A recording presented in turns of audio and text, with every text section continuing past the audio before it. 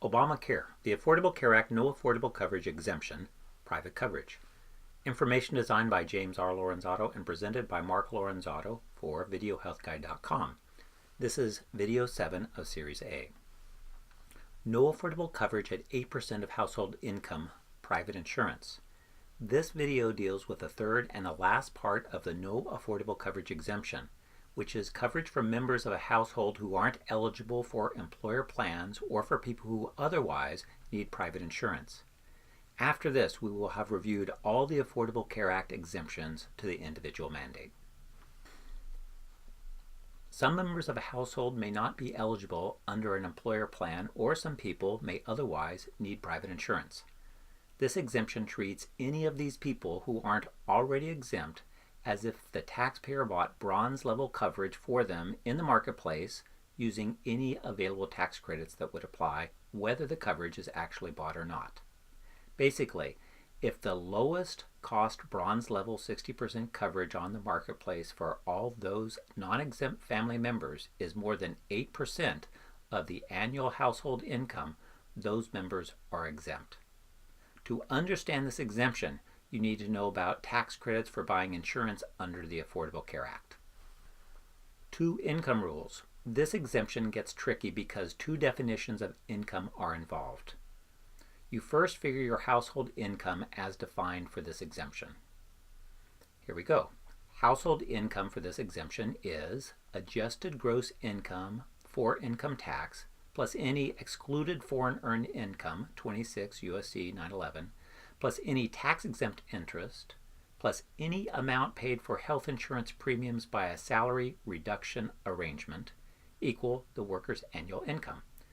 Then you do this for each dependent who has income for whom you actually properly took a tax deduction, 26 U.S.C. 151, and who was required to file a tax return, and the sum is household annual income.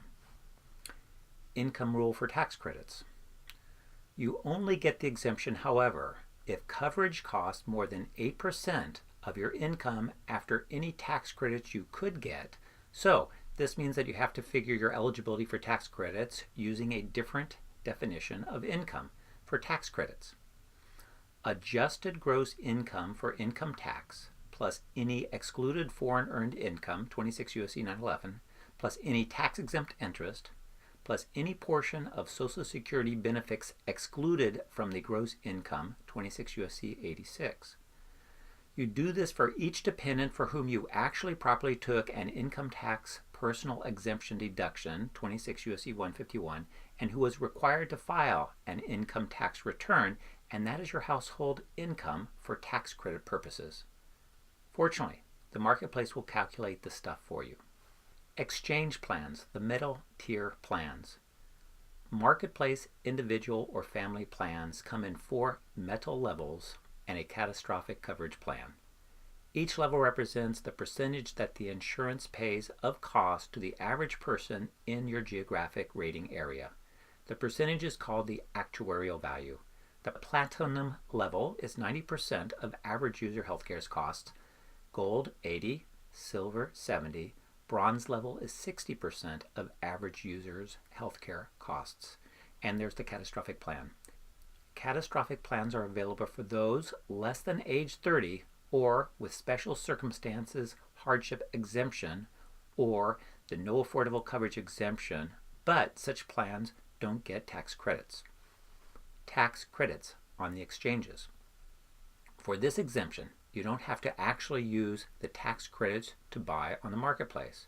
To qualify, you must, 1, be citizens or certain resident aliens, not have any other source of minimum essential coverage, including someone's employer plan or another exemption, 3, and make household incomes between 100 and 400% of the federal poverty level, 4, have no affordable coverage at 8% of household income even with the available tax credits. Tax credits are set on a sliding scale, and the idea is that no household under 400% of the federal poverty level should pay more than 9.5% of its income for silver level 70% coverage. This exemption, however, sets a level of 8% of the household income for bronze level, 60%, and not silver level coverage. To qualify for this exemption, a household member must not have another exemption or be eligible under a family member's employer plan.